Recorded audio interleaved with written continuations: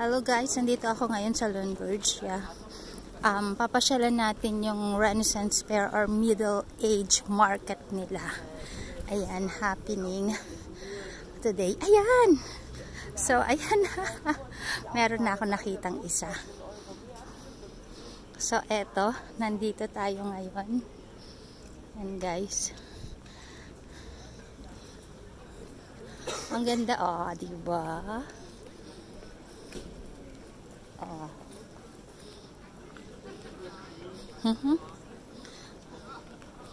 Ayan guys, ganito yung middle age market. So yung mga tindero, tendera, naka-costume sila na parang anong middle age. Ayan, talisman. Siguro mga talisman or mga magic items or something ganyan yung mga binibenta dyan. Ayan. So, kita nyo guys, naka-costume sila, diba? Ayan. So, punta tayo ngayon doon sa kabilang. Ayan. Sa totong buong area na to. Ayan.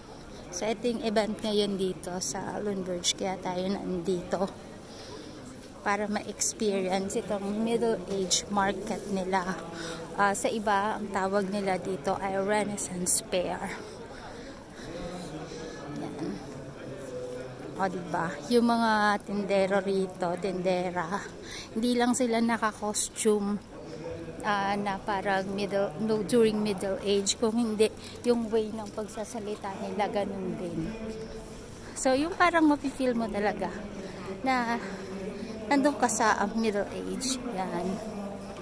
So, guys, eto yung kanilang map for the Renaissance, for the middle age market. So, ngayon, naandito tayo. Ayan, naandito tayo sa area na to dahil yung church ay nasa likuran natin. So, yan yon. Kita nyo? Yan. Yan yung itong tower na to. Ayan. Guys, so, nandyan tayo ngayon. So, tara, ikot pa tayo. Dito guys, nagbinibenta nila is bath, massage, sauna. Bath means bath. Ayan. So, ayan. Anything na may kinalaman sa paliligo or bath. So, ayan. Ayan yung kanilang ano. And then si ate, ayun, naka-costume siya. O, diba? Ito naman guys is parang bakery during middle age. Ayan, nagbibenta sila ng bread, cheese, mushrooms. Ayan. Guys, mga handmade crafts. Ayan, ayan. Tapos si ate, naka-costume din siya. Diba? Oh, tapos ito naman iba't ibang klase ng furs or balat ng mga hayop. Ayan, tapos mga leather jackets. O, diba? Ito, oh. O, yan. So, ito naman yung makikita mo rito. O, diba?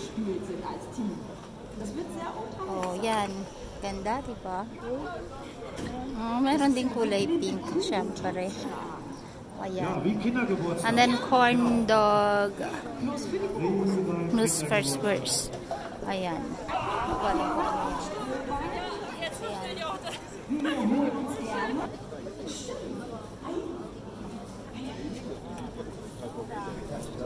Diba? Ang ganda ni ate. Ayan yung mga binibenta niya. Mga accessories. Ayan. And eto sa tingin ko mga herbs and spices. Yeah.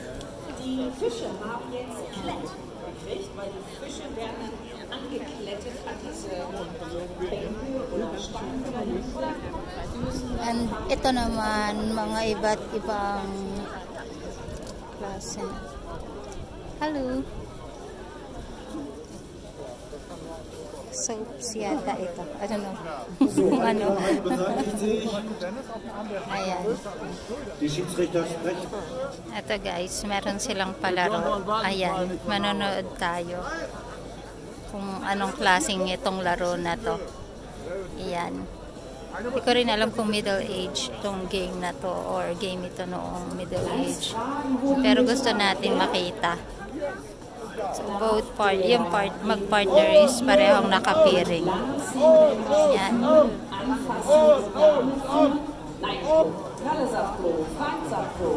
Dann würde ich mal sagen, dass die Spiele beginnen. Es wird sehr spannend.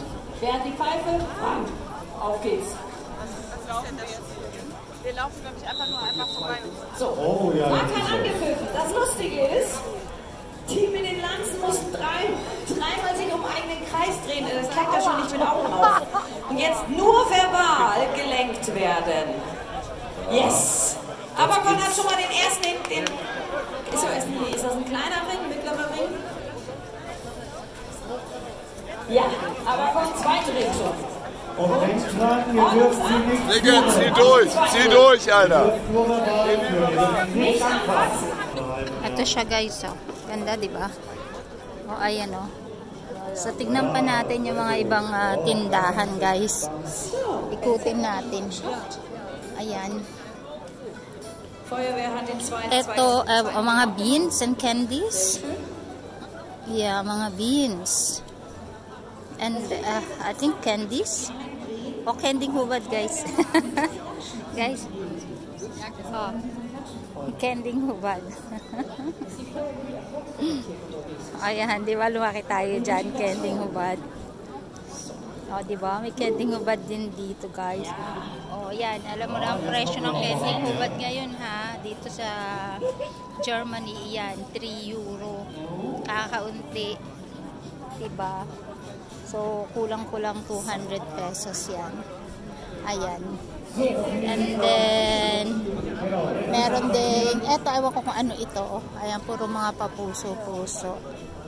Grünberger. Ayan, since 1907. I-check natin kung ano yung tinitinda nila rito sa kabila. Ayan. At mga candies and chocolates din ito, guys.